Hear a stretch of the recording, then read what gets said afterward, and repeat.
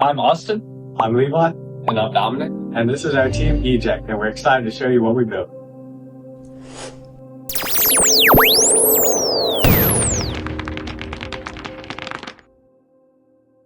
Aberration-corrected scanning transmission electron microscopy has evolved from a passive imaging tool into an active platform for atomic scale modification.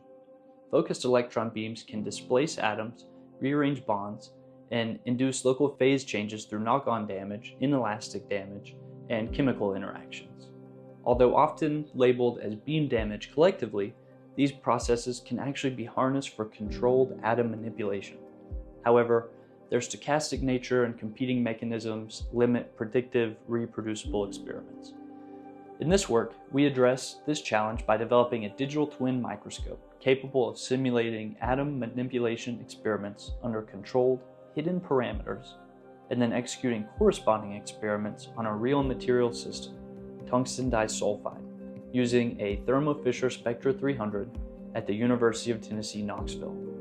By directly comparing simulated and experimental outcomes, this approach establishes a framework for treating the STEM not merely as an imaging instrument, but as a programmable, quantitative platform for atomic scale experimentation and discovery.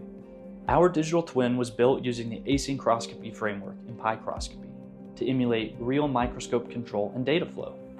Coupled with a stochastic, physics-based damage model driven by accumulated dose, it reproduces both point and blast irradiation behavior with sufficient fidelity to directly transfer the workflow to a real-time experiment on a physical microscope.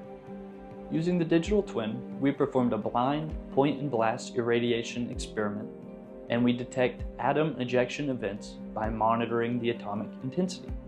While this is straightforward for heavy atoms like tungsten, overlapping columns make lighter elements such as sulfur a little more challenging. Survival curves, plotted as remaining atoms versus dose, are well described by a linear ballistic damage term and a nonlinear term capturing all other damage mechanisms. Fitting this model yields effective displacement cross-sections within an order of magnitude of their real physical value. We next applied the same digital twin protocol on a real microscope.